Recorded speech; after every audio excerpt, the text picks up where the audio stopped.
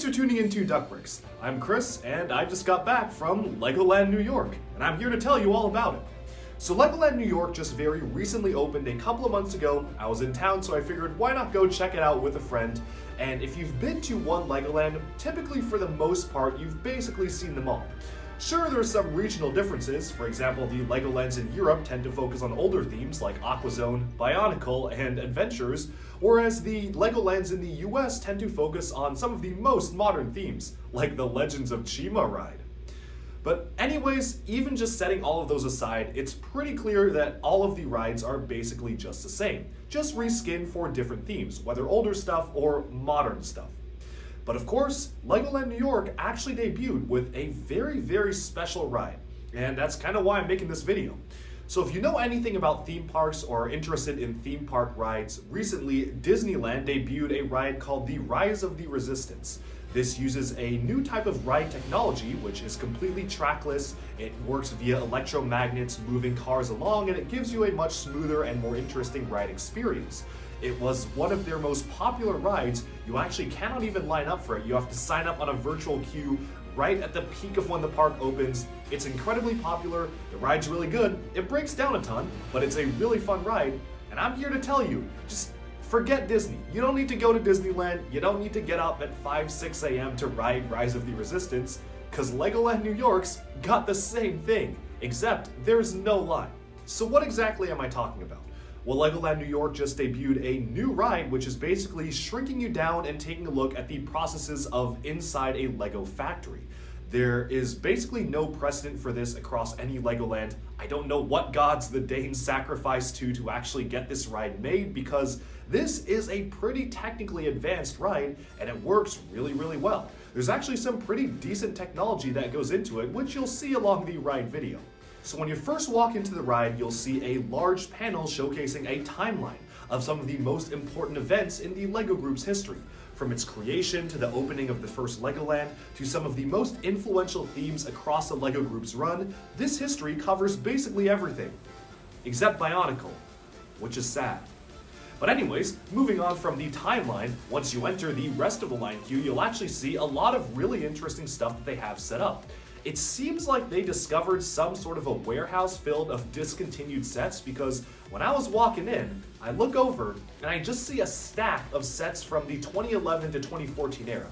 I actually tried to reach my hand in and shake them, and they are fully full. Like, they're not just display models. These are sealed sets. They've got stacks of Atlanta sets, Pharaoh's Quest, a lot of the 2014 Ninjago rebooted stuff.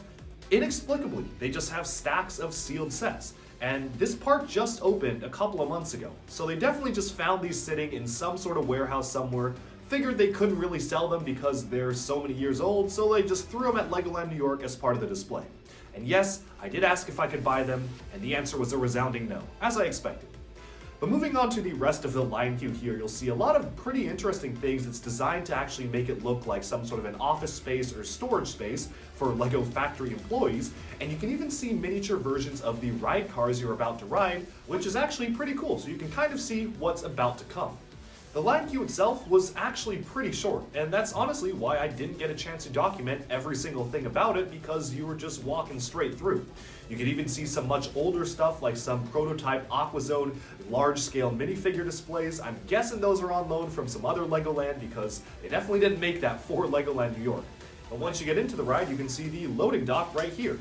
So at this point, I'm just going to let the ride video play and let the effects and the exact style of the ride just tell the story for you, because I can't really put into words how cool this ride is, and actually how cool it is seeing it at a Legoland, which typically doesn't feature too many high-tech rides.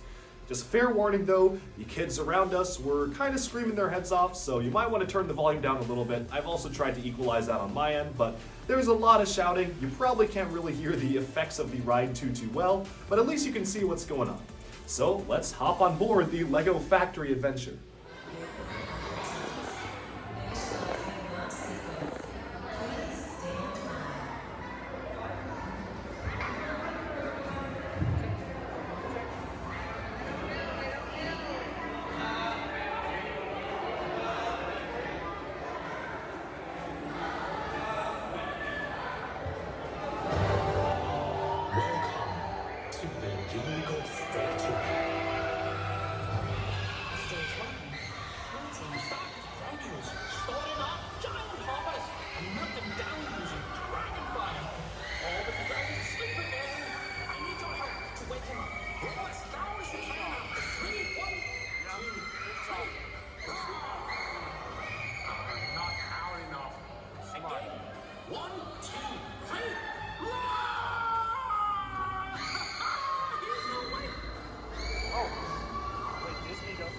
usually doesn't happen. Granules into the machine, and our octopus helps to mold it into Lego bricks. Stage 3, minifigure production. Right!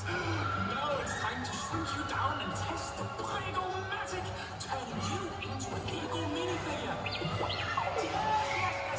The machine is experimental, but don't worry, they'll be turned into minifigures of some form or another. Hold on, everyone. This is it.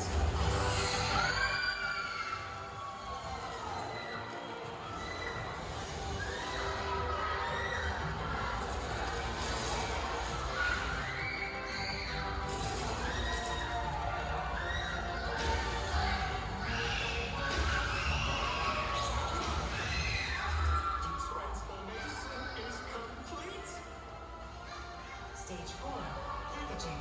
I can't wait to see what you look like as a minifigure.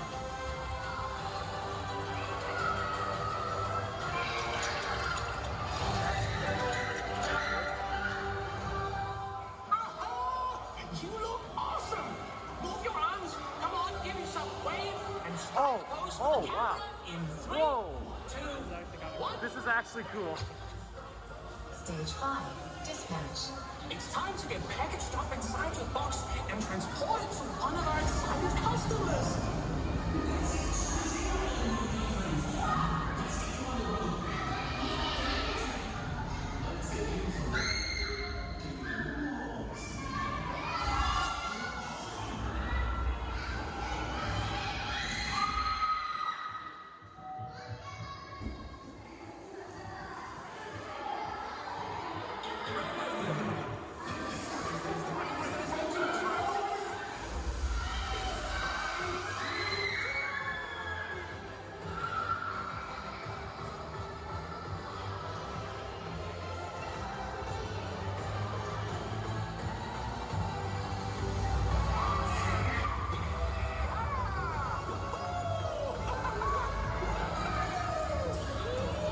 Hey, look at this.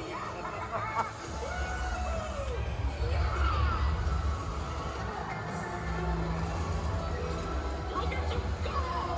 You're natural!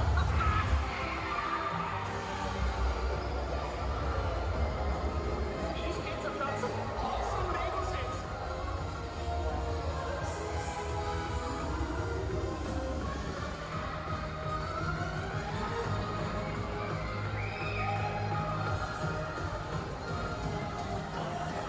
Alright, so now that the ride's over, you can see that this was a very, very unique facet of Legoland.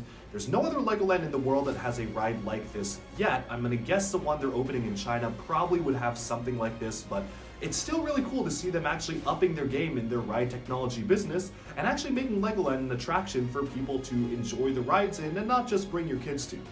Of course, for the rest of the park, the rides are literally identical to basically every other Legoland. You got your Pirate Splash ride, which is always fun, the Dragon roller coaster.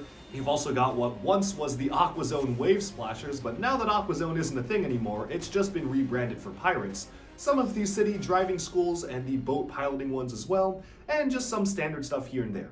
Honestly, beyond this factory tour part of the ride, the coolest thing about Legoland was that LEGO employees will be carrying around a ton of minifigures on their badges and have set up dedicated minifigure swap stations to trade in. So you could literally come, tell them to trade what minifigure they have for a generic minifigure that you have with you, and they will be forced to do the trade. Which is very nice because there are a lot of kids who just bring really rare minifigures to Legoland and do trades inexplicably. So that's how my friend and I walked away with a good amount of rare figures, like a Sandspeeder pilot, some Teenage Mutant Ninja Turtle figures, and even an Ant-Man figure from the Endgame sets. There's a lot to do at Legoland New York, so I definitely would encourage you to visit and check it out because this is probably one of the better Legolands out there. The amount of rides aren't nearly as high as some of the ones in Europe or even Dubai, but it is still pretty cool, and that one factory adventure ride is definitely worth a visit just to ride that. So, I hope to see you there next time, and thanks for tuning into Duck Breaks. I'll talk to you again very soon. Bye bye for now.